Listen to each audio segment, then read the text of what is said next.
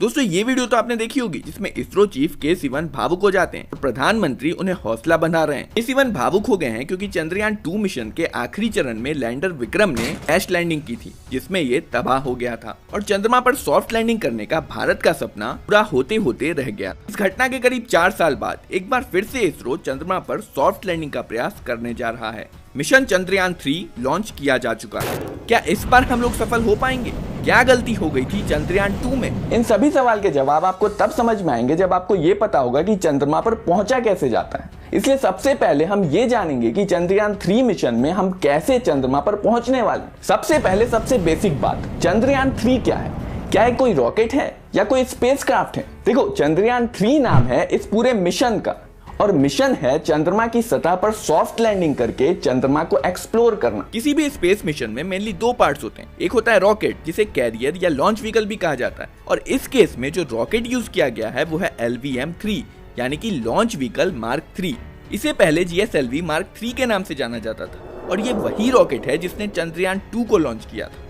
देखो, रॉकेट का काम बस इतना होता है कि ये किसी सैटेलाइट या किसी दूसरे स्पेसक्राफ्ट को अंतरिक्ष में पहुंचा देता है और रॉकेट का काम खत्म होने के बाद ये वापस धरती पे गिर जाता है। LVM-3 3 स्टेजेस से मिलकर बना होता है। पहले स्टेज में 2 S-200 सॉलिड मोटर्स होते हैं जो कोर स्टेज से जुड़े होते हैं।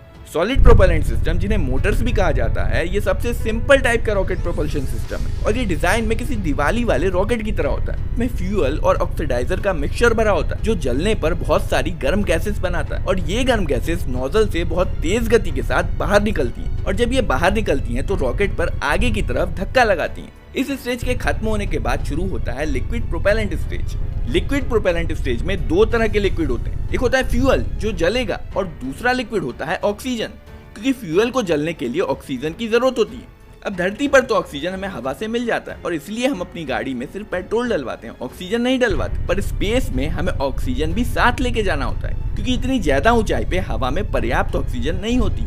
इसके बाद शुरू होता है क्रायोजेनिक इंजन। ये रॉकेट का लास्ट स्टेज है। इसमें 2 अलग अलग टैंक्स में लिक्विड हाइड्रोजन और लिक्विड ऑक्सीजन बहुत कम तापमान पे रखे होते हैं।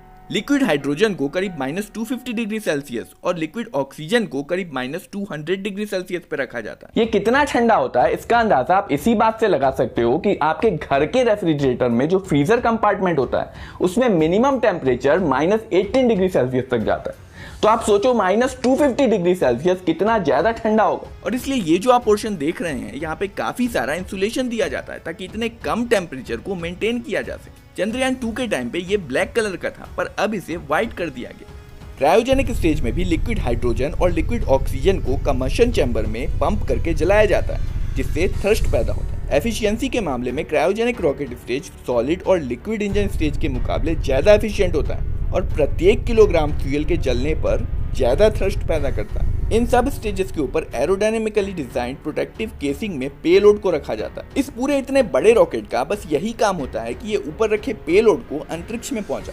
चंद्रयान 2 के केस में पेलोड ऑर्बिटर और लैंडर से मिलकर बना था जो आपस में जुड़े हुए थे। इसके अलावा चंद्रयान 2 में रोवर भी था जो लैंडर के अंदर रखा हुआ था। अगर लैंडर चंद्रमा की सतह पे सक्सेसफुली लैंड हो जाता तो लैंडर में से रोवर बाहर निकलता और चंद्रमा की सतह पर चलता। चंद्रयान 3 में चंद्रयान 2 की ही तरह लैंडर है और लैंडर के अंदर रोवर भी है पर इसमें ऑर्बिटर की जगह पर इस बार प्रोपल्शन मॉड्यूल है। जब रॉकेट इस पेलोड को अंतरिक्ष में पहुंचा देता है उसके बाद ये प्रोपल्शन सिस्टम ही लैंडर को चंद्रमा के करीब ले जाता है। आइए देखते हैं रॉकेट लॉन्च होने से चंद्रमा तक पहुंचने का पूरा सफर। 14 जुलाई 2023 को सतीश धवन स्पेस सेंटर से मिशन चंद्रयान को लॉन्च किया गया। लॉन्च होने के बाद रॉकेट का पहला स्टेज जो कि सॉलिड बूस्टर स्टेज है शुरू हो जाता है। रॉकेट धरती की सतह से ऊपर उठने लगता है। एक बार लॉन्च टावर पार हो जाने के बाद रॉकेट की दिशा बदलने के लिए नोजल्स थोड़ा घूम जाते हैं और रॉकेट धीरे धीरे हल्का सा पृथ्वी की सतह की तरफ झुकने लगता है। यही कारण है कि अगर आपने कभी रॉकेट लॉन्च का वीडियो देखा होगा तो आपने नोटिस किया होगा कि शुरुआत में तो रॉकेट सीधा सीधा ऊपर जाता है लेकिन बाद में जाकर के वो हल्का सा धरती की सतह की तरफ झुकने लगता है। पर अगर रॉकेट को अंतरिक्ष में ही जाना है तो उसे तो सीधा सीधा ऊपर जाना चाहिए।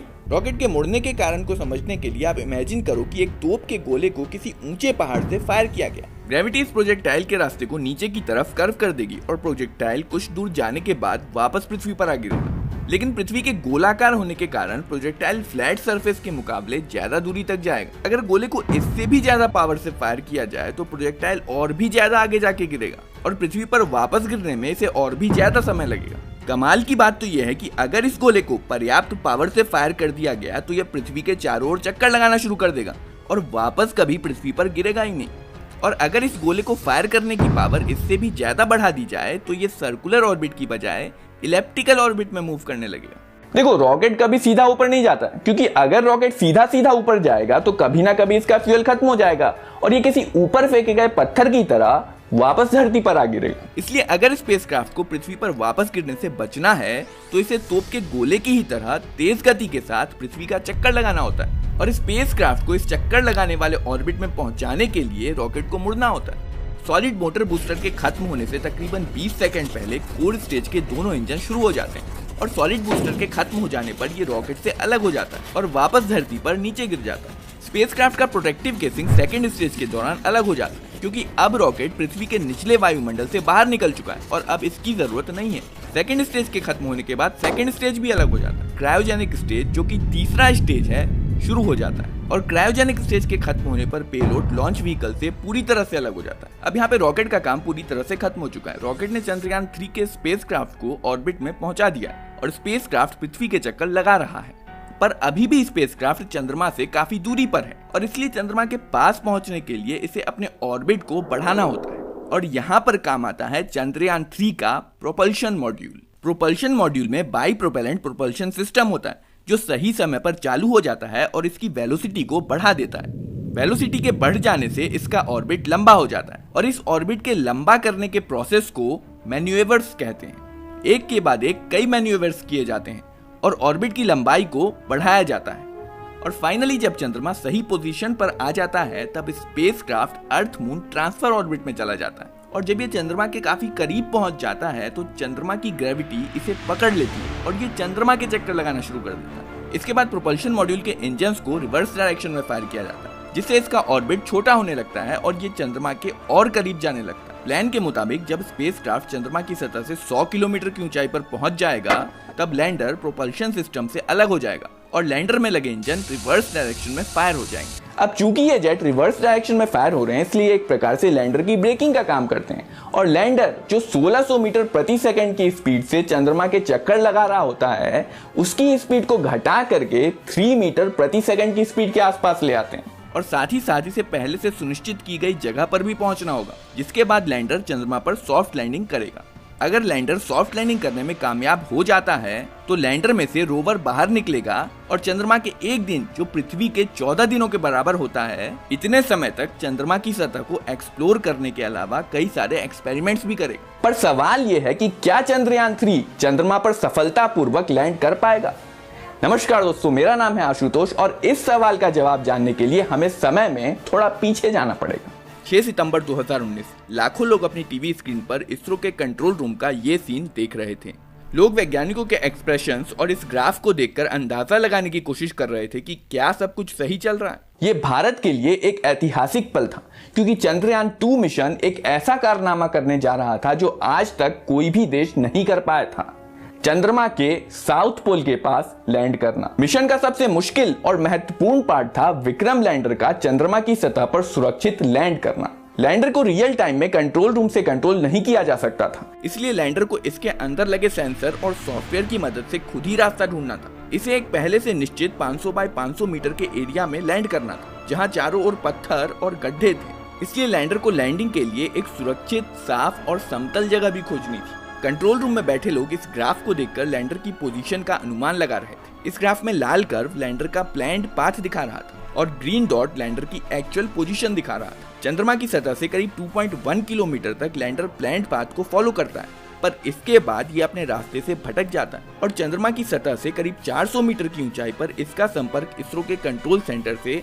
टूट जाता है। लैंडर ने चंद्रमा पर क्रैश लैंडिंग की थी जिसमें लैंडर और इसमें मौजूद रोवर दोनों तबाह हो गए थे। चंद्रयान 2 को कुछ लोग फेलियर समझ रहे हैं, पर यहाँ पे आपको ये बात समझनी होगी कि भले ही चंद्रयान का लैंडर सॉफ्ट लैंड नहीं कर पाया, पर गड़बड़ी कब आई? गड़बड़ी आई लैंडिंग के लास्ट फेज में, जब लैंडर चंद्रमा की सतह से मात्र 2.1 किलोमीटर की ऊंचाई पर था। चंद्रयान 2 में इससे पहले सब कुछ प्लान के मुताबिक ही हुआ था और इसीलिए इसरो के मुताबिक ये मिशन 98% तक सक्सेसफुल रहा था। तो चंद्रयान 2 में हमने लैंडर और ऑर्बिटर को चंद्रमा के ऑर्बिट में पहुंचा दिया और फिर उस ऑर्बिट को सफलतापूर्वक छोटा करके 100 किलोमीटर के दायरे में भी ले आया। इसके बाद ऑर्बिटर लैंडर से अलग भी हुआ और वो ऑर्बिटर आज भी चंद्रमा के चक्कर लगा रहा है और वैज्ञानिकों को महत्वपूर्ण जानकारी दे रहा है। तो समस्या बस लैंडिंग के आखिरी फेज में आई जब लैंडर चंद्रमा की सतह से 2.1 किलोमीटर की ऊंचाई पर था। इसलिए इतना तो तय है कि हमें जो कुछ भी सुधार करने थे वो करने थे लैंडर में, पर इसके लिए हमें ये पता होना चाहिए कि चंद्रयान 2 के लैंडर में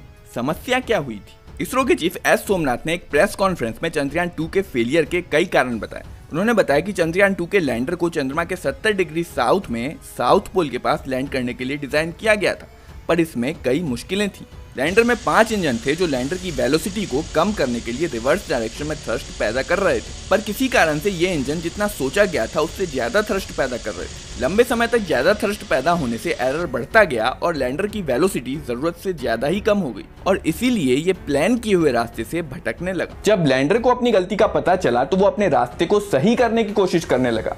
वो बहुत जल्दी से मुड़कर सही रास्ते पे जाना चाहता था, पर लैंडर के सॉफ्टवेयर में इतनी तेजी से टर्न लेना अलाउ ही नहीं था। इसके अलावा एक और समस्या थी, लैंडर को लैंडिंग साइट पर पहुंचना था जो अभी भी काफी दूरी पर थी। लैंडर को पहले से निर्देश दिए हुए थे कि उसे 500 बाय 500 मीटर के लैंडिंग साइट पे ही लैंड करना है, पर लैंडर ऑलरेडी चंद्रमा की सतह के काफी करीब था। सॉफ्ट लैंडिंग करने के लिए इसे अपनी वेलोसिटी घटानी थी, पर लैंडिंग साइट पर पहुंचने के लिए इसे अपनी वेलोसिटी बढ़ानी थी। इतने कम समय में लैंडर इस विरोधाभास का समाधान नहीं निकाल पाया और फाइनली जब लैंडर ने सतह पे लैंड किया तो स्थिति ये थी कि ये लैंडिंग साइट से करीब आधे किलोमीटर की दूरी पे था और साइट पे पहुंचने की कोशिश के कारण इसने अपनी वेलोसिटी प्लैंड वेलोसिटी से काफी ज्यादा कर ली थी और इसलिए इतनी ज्यादा वेलोसिटी से जब लैंडर सतह से टकराया तो ये क्रैश हो गया। तो अगर हम संक्षेप में कहें कि चंद्रयान 2 मिशन में क्या समस्या थी तो हम ये कह सकते हैं कि चंद्रयान 2 मिशन ज्यादा फ्लेक्सिबल नहीं था।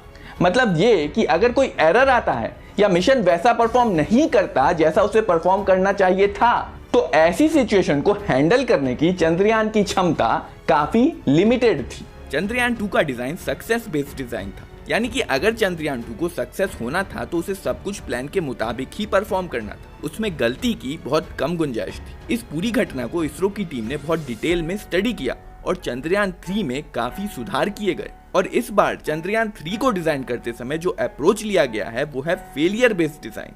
मतलब चंद्रयान 3 में क्या कुछ प्रॉब्लम हो सकती है और उस सिचुएशन में उस प्रॉब्लम को कैसे हैंडल करना है ताकि मिशन को फेल होने से बचाया जा सके।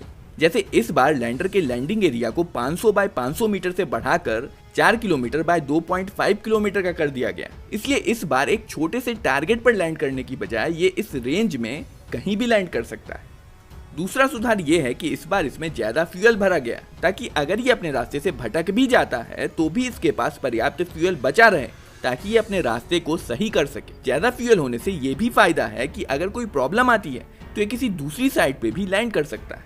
इस बार हमारे पास एक और एडवांटेज है और वो ये है कि चंद्रयान 2 का ऑर्बिटर जिसे हम पिछली बार ही सक्सेसफुली चंद्रमा के ऑर्बिट में छोड़ चुके थे उसमें एक बेहद हाई रिजोल्यूशन कैमरा है और इस कैमरे ने चंद्रमा की बहुत ही डिटेल्ड इमेजेस भेजी हैं। इसलिए इस बार हमें लैंडिंग साइट का पहले से ही काफी अच्छा अंदाजा है और ये सब जानकारी पहले से ही लैंडर में प्रोग्राम्ड की हुई है। लैंडर को बस चंद्रमा की सतह की इमेज कैप्चर करनी है और इस इमेज को पहले से मौजूद जानकारी से कंपेयर करना है और जैसे ही दोनों मैच हो जाते हैं तो लैंडर को पता चल जाएगा कि वो लैंडिंग साइट पे पहुंच चुका है। इसके बाद देखा गया कि इसमें क्या कुछ फेल हो सकता है। For example engine failure, sensor failure, calculation failure, यहाँ तक कि अगर इसके ज्यादातर उपकरण फेल भी हो जाते हैं तो भी लैंडर को सेफली लैंड करने के लिए डिजाइन किया गया है। फेलियर बेस्ड डिजाइन केवल लैंडिंग तक ही सीमित नहीं है। होगा अगर लैंडिंग के बाद लैंडर के सोलर पैनल्स का फेस सूरज की तरफ नहीं होगा, वो पावर ही जनरेट नहीं कर पाएगा और काम नहीं करेगा और इसलिए इसके दूसरे सरफेस पे एडिशनल सोलर पैनल्स ऐड किए गए। अगर ये ज्यादा वेलोसिटी से लैंड करता है तो क्या ये लैंड कर पाएगा और इसलिए इस बार इसकी लैंडिंग वेलोसिटी को भी 2 मीटर पर सेकंड से बढ़ाकर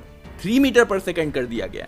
इस तरह के और भी कई सवाल पूछे गए कि लैंडर किन किन वजह से फेल हो सकता है, क्योंकि फेलियर बेस्ड डिजाइन में फेलियर की कोई गुंजाइश नहीं है। दोस्तों ये वीडियो आपको कैसा लगा और क्या इस बार चंद्रयान 3 मिशन सेफली लैंड कर पाएगा? कमेंट सेक्शन में कमेंट करके जरूर बताइएगा। और अगर आप भी इस तरह के 3D एनिमेशन बनाना सीखना चाहते हैं तो आज ही engineeringgf.com पे जाके रजिस्टर करें।